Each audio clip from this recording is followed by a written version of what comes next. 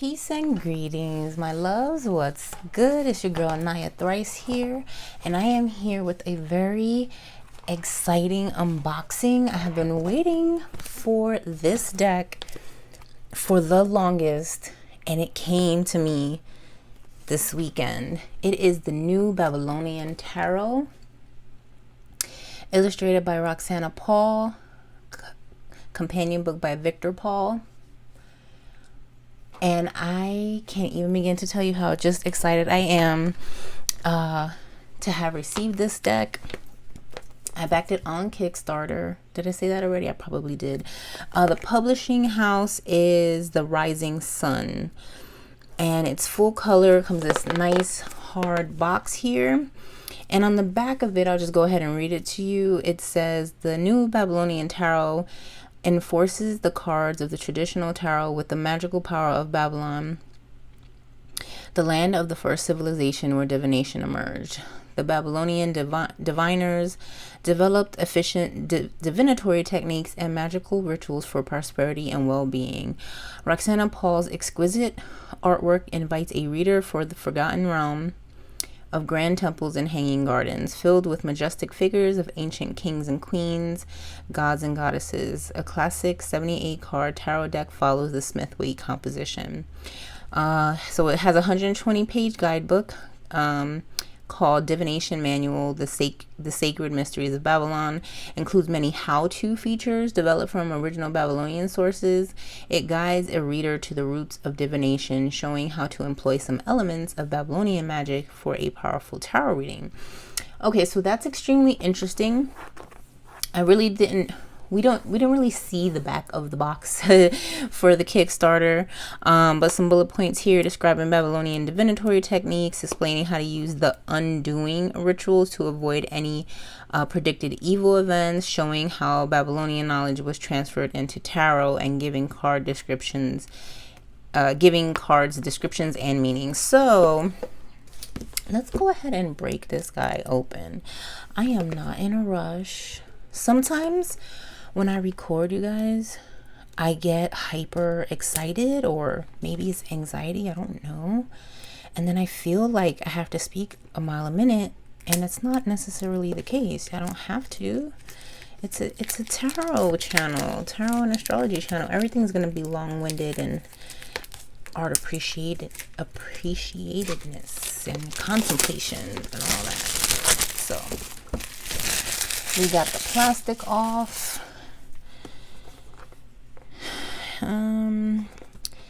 So copyright 2018. So there, my nail. So there is like a little grip right here on the side that you can actually pull from, which I am appreciative of, because there are some boxes that don't have that, but it is a big box. So with my little hands, it's kind of difficult to pry open. All right, there we go. Okay, so on the inside of the box, it says, feel dreams and visions of Babylon. Be in touch with ancient spiritual guidance. And there looks like this terracotta brick kind of design in there, which I actually enjoy, this peachy terracotta type of color scheme. Here is the divination manual that they call it. Oh my god, I'm so excited. I can move that out of the way. So it's not really as thick as it may sound. So let's take a quick peek in here. I'm just kind of curious what would be different. Again, it's an unboxing. I will spend time with this and definitely take time to see if there's anything quite interesting to work with. The Divine Court of Gods, Army of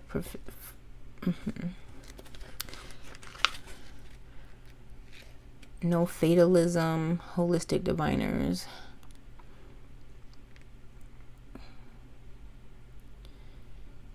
Okay, yeah, I'm gonna have to definitely read this and report back as in a review, just to let you know how I feel about what is written in here, because I can't speak on it now. I haven't read it, but it looks like there's some interesting content to be had in here from magic to tarot. They talk about the Chaldeans, which you guys hear me often talk about on my channel, with the planetary order. The Chaldean order basically means essentially, you know, the order of the relative planet orbital speed. I know that sounds really technical, but so, you know, the order would always be from Saturn to the Sun, from the slowest to the quickest, and that order will always be prominent. So anyway, so they even talk about Pythagoras. Oh, this is really interesting. Okay, so like I said, I didn't know what the book was going to contain. Pythagoras is, I've read about him, or I hear him referenced often in astrology circles. So this is gonna be quite the deck, I can imagine. So there's a lot of information before you even get to the cards. There's about 30 pages there, and then it goes into the major arcana, which are the illustrations are, there's like a little reference, and they're in black and gray there, and there's like a little description. Same thing with the minors, and yeah, okay. So that's that. Let's get on to the good stuff, shall we? So the deck comes in the split stack, which always makes me crazy, but we're just gonna go with it. Okay. So those are the backs. Tell me that these backs aren't super gorge. Oh my goodness. I couldn't find, I was trying to, when I do reviews, I typically like to use some kind of neutral cloth, like a white or a beige or something like that. This was the closest one. They're dirty right now, so I have to get those clean. But anyways, just look at this beautiful filigree gold design with the backdrop of the universe. It is so nice. Now I'm curious what these little thing in the middle kind of looks like. A K, kind of looks like axes, but whatever, it's beautiful.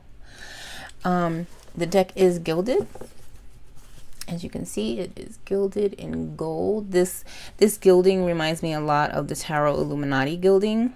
Okay, they're not stuck together at all, but it's definitely that very shiny gilding there. And let me move this over so we can get the nice close-up of the cards. Okay, so how do I want to do this? Okay, all right, so here is the Fool.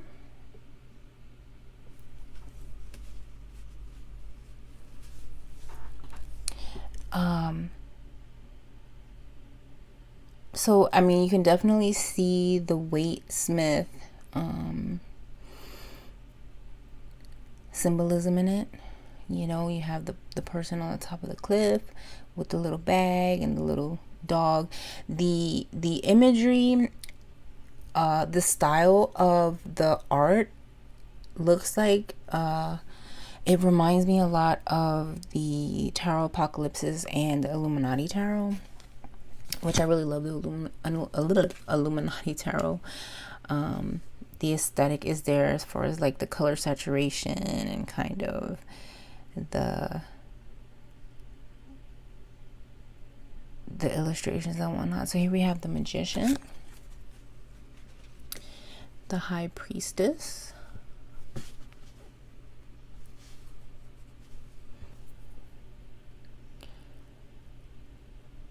very interesting High Priestess. She's beautiful. I am missing my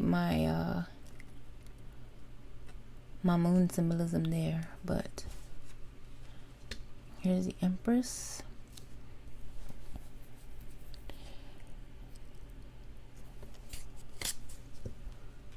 The Emperor.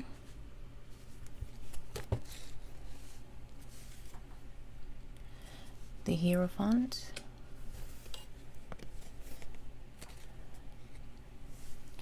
The Lovers. So I quite enjoy this Lovers card. I think there's a lot that can be worked with through the design of this one, because it kind of reminds me of the TDM Marseille, and I mean even the Smith Waite version. You can kind of work with that. And here's the Chariot.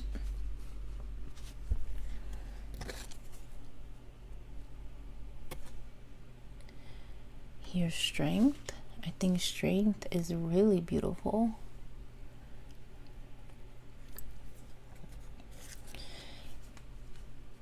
Here's the Hermit. Now, I will say this, just solely based on the fact that, you know, all the people kind of look the same in that it's not like a super diverse deck. Obviously, there's definitely a theme going on. I quite like this Wheel of Fortune.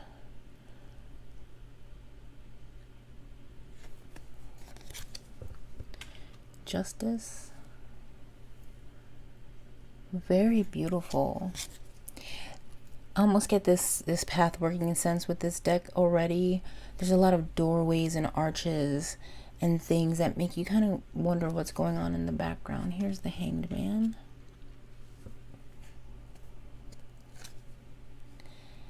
Here's the Death card. Ooh. I like that. That's pretty deep there. Okay. Here's Temperance. So again, a lot of doorways, a lot of archways. In the Major Arcana, there's not too many of them, like kind of just outside. Here's the Devil card.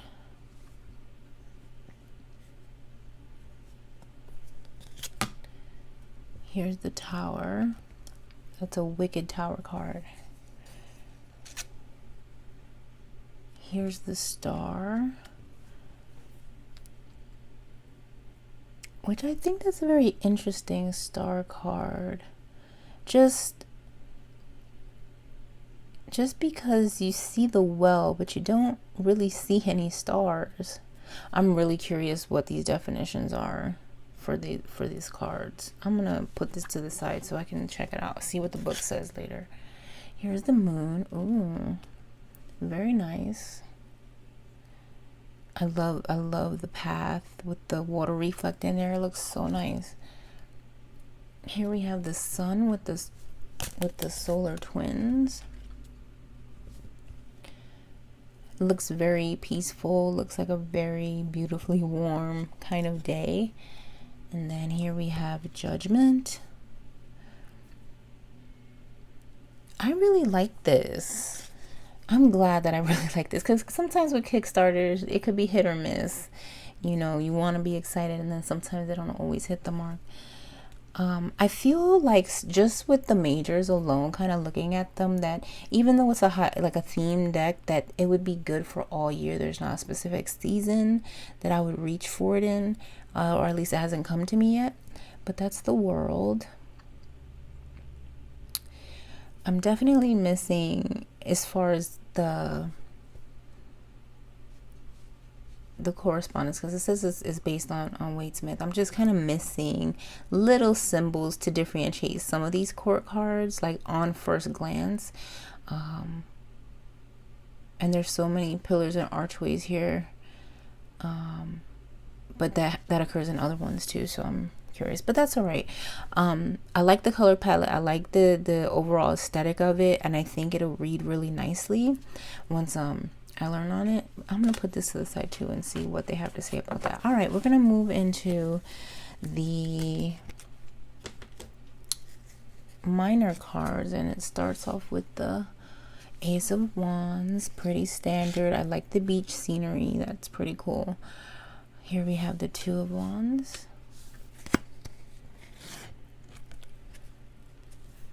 Three of Wands,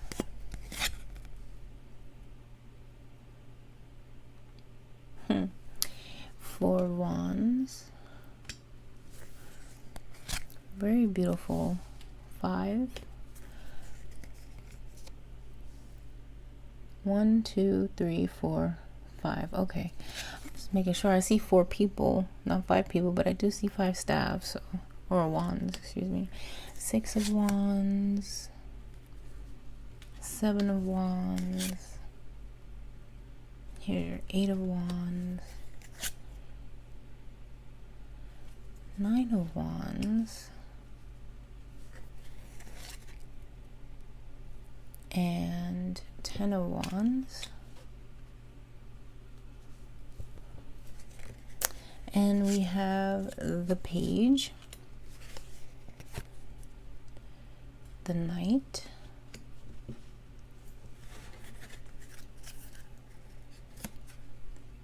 the queen. I'm glad they kept the cat in there. And the king of wands. Now, that little thing he's holding there is throwing me off, but he is the king of wands. Okay, cool.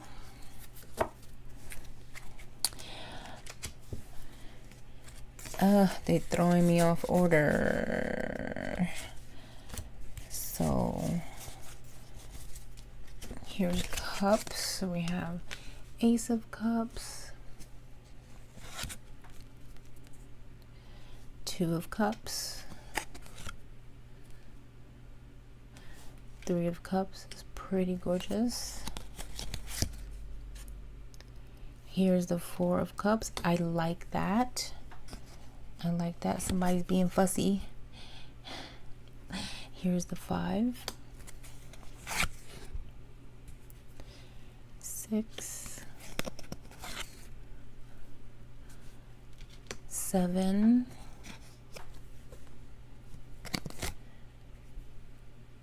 here we have the 8 of Cups,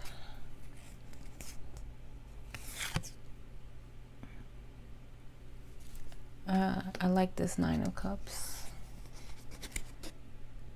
and the 10 of Cups, which is like the happiness card. I like that their garments are all blue, so there is a color even though there's kind of like a similar aesthetic throughout all the cards. I think their garments are really what kind of tell us what's happening here. We have the Page of Cups talking to his fish in a cup. The Knight of Cups, beautiful. I love the blue stuff on the white horse. I think that's really pretty. Here we have the Queen of Cups in her shell throne, and the King of Cups. Okay,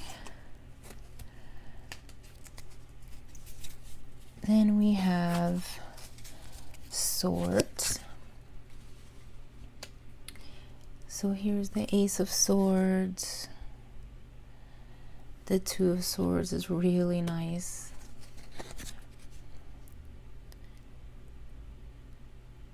Oh, the 3 of Swords is very symbolically interesting. The pain part is definitely showing, but the metaphor, the allegory for the 3 of Swords is there also. It's just like not as stark of an image to like deal from. Here we have the 4 of Swords,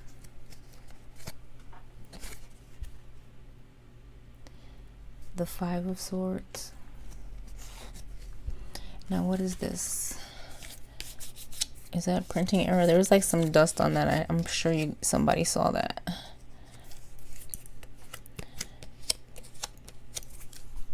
Okay, so there's some kind of dust or something on there. I didn't mention it before, but I'm sure you can tell they're not matte. They are glossy. So 5 of Swords. So far, that's the only card that had that like powdery stuff on it. That was weird. Okay, so 6 of Swords.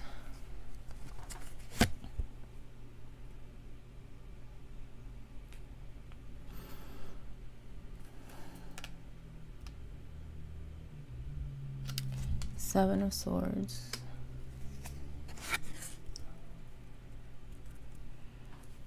8 of Swords. Nine of Swords and Ten of Swords. So what I like I said, what I like about this one so far is that it just seems like it could be a year-rounder type of deck, which I can appreciate in a deck sometimes. Here's the Page of Swords.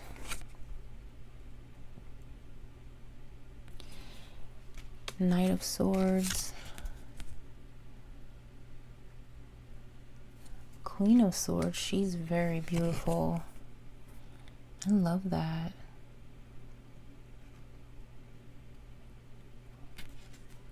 And then the King of Swords. So one more suit to go, and then I'll talk about the card stock and the card size, and I will compare it. Here we have the Ace of Wands. I'm sorry, Ace of Pentacles, excuse me. Ace of Pentacles. Here's the Two of Pentacles.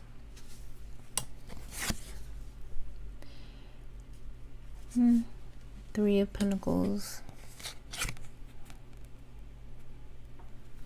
Four of Pentacles. I like this Four of Pentacles.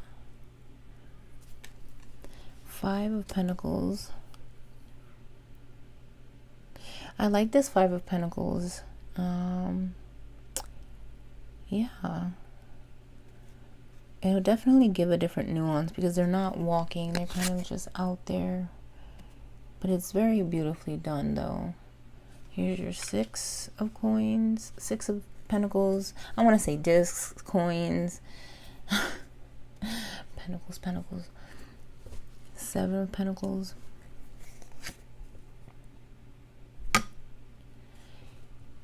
Eight of Pentacles. Nine of Pentacles.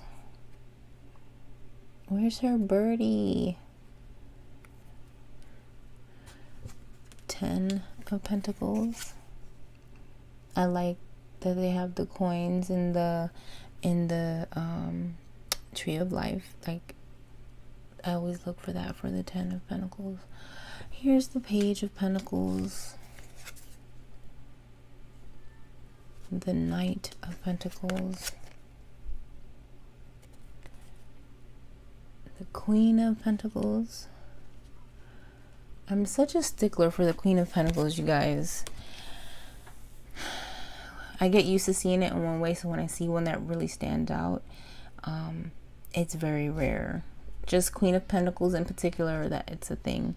And then the King of Pentacles. So now I'm gonna back this up. We're gonna do a size comparison real fast. So let's see. My weightsmith is downstairs, but I'll use Tarot de Ozarks to see, because this is a standard tarot size. And let's just take a quick look. So it's maybe like a hair smaller or shorter, excuse me, than Tarot de Ozarks. So that's cool. I want to compare this card stock to the card stock of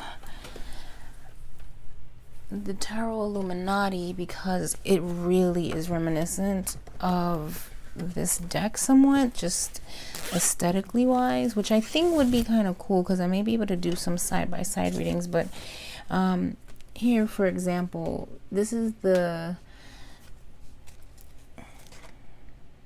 Tarot Illuminati, which I haven't, I mean, you can tell I beat her up. That gilding is so roughed up. But anyways, so let's see, let's compare these guys. So again, this deck is a hair smaller. This is the Tarot Illuminati that comes in the kit. So from what I understand, it's a little bit bigger. Now cardstock wise, so the cardstock for the Tarot Illuminati feels it feels thicker Or is it the same?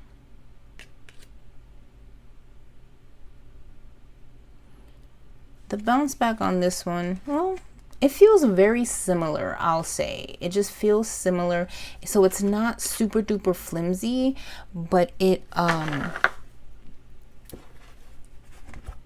not super duper thick either. So what I want to try to do real fast is give it a shuffle and see how they shuffle.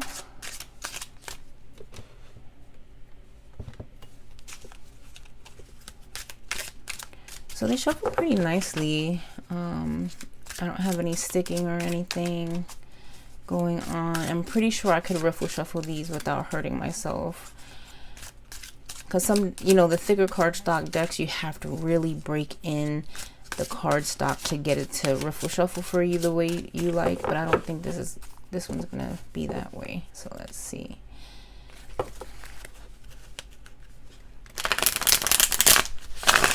Oh yeah, that's pretty nice.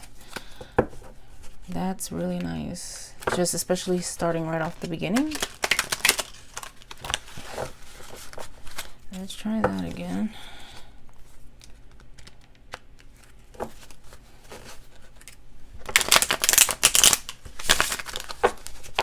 Okay, yeah. I mean, definitely with time it'll get more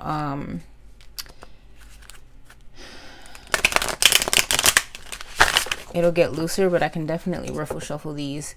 And it is a pretty thick deck. It feels, I mean, it holds nicely, but it feels thick compared to some other cards. Oh, that is like butter. Okay. I appreciate this cardstock. I'm not sure what GSM it is, excuse me. But yeah, it shuffles nicely. I'm not mad at it at all. And again, I feel like this could be a year-rounder. I don't think there would be a particular a particular holiday that or season that I would necessarily want to use this. And right now I am kind of all about what decks are gonna work all year long. Okay, I'm getting addicted to riffle shuffling this guy. So let's see really quickly what the book has to say about this star card, because I was very curious what the symbolism is, like how they would explain this in the book. So the star, all right, so this is what it says. I'm gonna read you from the book.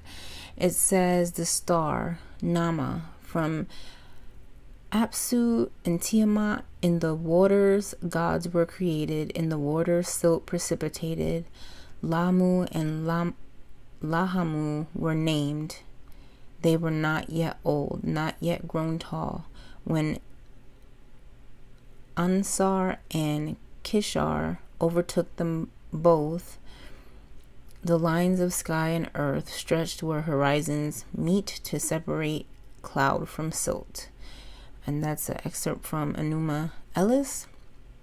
But now the description says, a woman with jugs in her hand, in both her hands, stands at a well. She pours water from the jugs into the well. She is Nama, later Tiamat, a primordial goddess of the salt sea.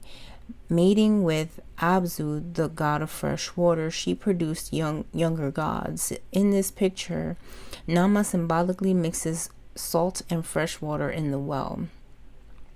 Nama plays two controversial roles. First, she symbolizes the primeval ocean from which the gods were created through the sacred marriage between fresh and salt water. Second, she monstrously embody primordial chaos, being depicted as a sea dragon or serpent. In her second image, Tiamat was defeated by Marduk, the supreme god of Babylon, who took the tablets of destiny from her to rule the world. The star represents hope and faith in the future. The woman pouring water from the jug symbolizes the coming rejuvenation, high expectations and spirituality, enjoying internal harmony, looking forward, and seeing the path clearly. A person has to undertake some efforts to reach its goal.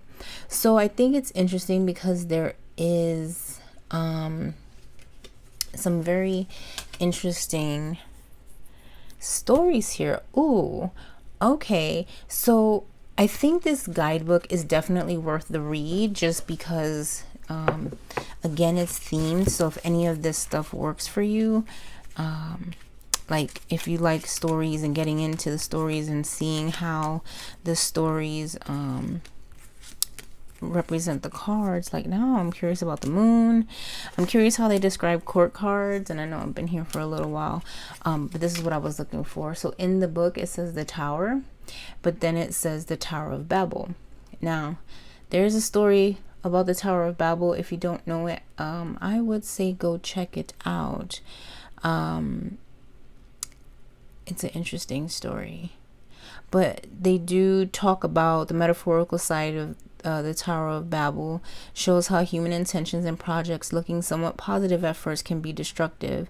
Several details of the story underlie the contrast between humans' opinions of own leading roles and God's point of view on the real humankind's position. People decided to build a monument to themselves instead of doing it to God. They used a brick, a human-made material, instead of more durable God-made stones. Then God intervened in human affairs and confused their plans, preventing them from completing the project. Now, the story of Mount Babel, I think, is a very interesting one, or the myth of it, or whatever, because basically, we all, as humans, all spoke one language, and in the attempts to reach God through the building of the Tower of Mount Babel, and once it was struck down, it wasn't just that it was struck down, but languages became divided to where we couldn't understand each other. So babble or babbling is when, we use that word nowadays to kind of say, oh, she's just babbling, don't worry about it, because maybe somebody doesn't know what she or he is talking about. So this speaks even more grandly to a more human problem that we have, where we speak different languages, even different, dialects of the same language. And so therefore, sometimes there's a lot of misunderstanding and a lot of misconstrued messages that come across when we try to communicate with each other. So it takes effort on our part to do that, to learn other languages, or to even try to understand other languages. So I think that this is a super powerful Tower card, just because she even brought that story up. And I never even really connected I knew this story because this was a story that was told to me when I was much, much younger, but the concept of it never escaped my mind. Like, it's always sitting in the back of my head. And once I saw that she named the Tower card, or rather he named the Tower card the Tower of Babel, it instantly reminded me of that story, and it makes so much sense for the Tower card. And what it all could mean. So, okay, so that's that. I did the star. I'm not going to do the world, but I'm going to go ahead and, so that this is not overly long, let me put this way.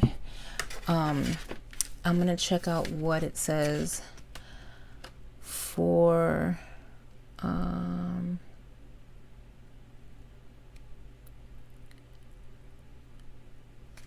okay, so let's look at this moon card, because I'm pretty sure we all love the moon card here, right? So I'm not going to read the little poem excerpt thing on the top. I'm going to just read kind of like the main body. It says, the high gate to a king's palace with the giant moon above, long pool, and the famous Babylonian hanging gardens are depicted on the moon card. There's no one person on this card, as well as classical mages of crab and dog. Instead, to lumacy, Babylonian protective deities with bodies of a bull and human heads are portrayed in the frescoes on the garden walls.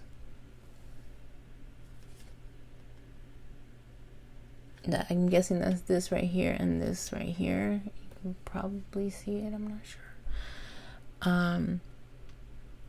It looks as if they guard the entrance to the palace. Sin is the god of the moon and wisdom. He is the oldest god in Babylonian pantheon, being the father of Shamash, the sun god, and the twin brother of Ishtar, goddess of love and fertility. Sin's wife was Nikal, the goddess of divination and dream interpretation. His sacred number was 30, indicating the number of days in a month. For the Babylonians, Sin represents natural transformations through the lunar phases. So then, of course, it talks about, then the next part is just the definitions, dreams, imaginative subconscious world, where the moon stimulates creativity and intuition, etc., etc. So that's cool. And let's just see what it has to say about a court card, because we all struggle with court cards, don't we? Well, we want to know what's written in the book about a court card. At least I do. I'm always skipping to those versus the others. So it says Queen of Pentacles is a person who is generous and caring without pretension and affections. She is confident and knows the right way to do things. The distinguishing characteristics of this card are as following: being in service for others, feeling confident, being trustworthy, responding to people's needs. And then it has the upright meaning, generous, security, doing service for others, creating a secure environment. Reverse meanings, imbalance in work or family commitments, deceiving others, and creating a false impression. Now the descriptor part of the card, it just says a queen in a green dress sits on her throne with pentacle in her hand, surrounded with red flowers on the floor. Warm red and earthy green colors represent growth and healing, created together a harmonious atmosphere in this Babylonian palace chamber. The queen holds the pentacle in such a way as if she's ready to give it away, what symbolizes the core meaning of this card: the generosity of the Queen of Pentacles and her care for people. Okay, so now it's not too much. Y'all hear the ice cream truck? So yeah, so this has been my unboxing and kind of first impressions on the new Babylonian Tarot.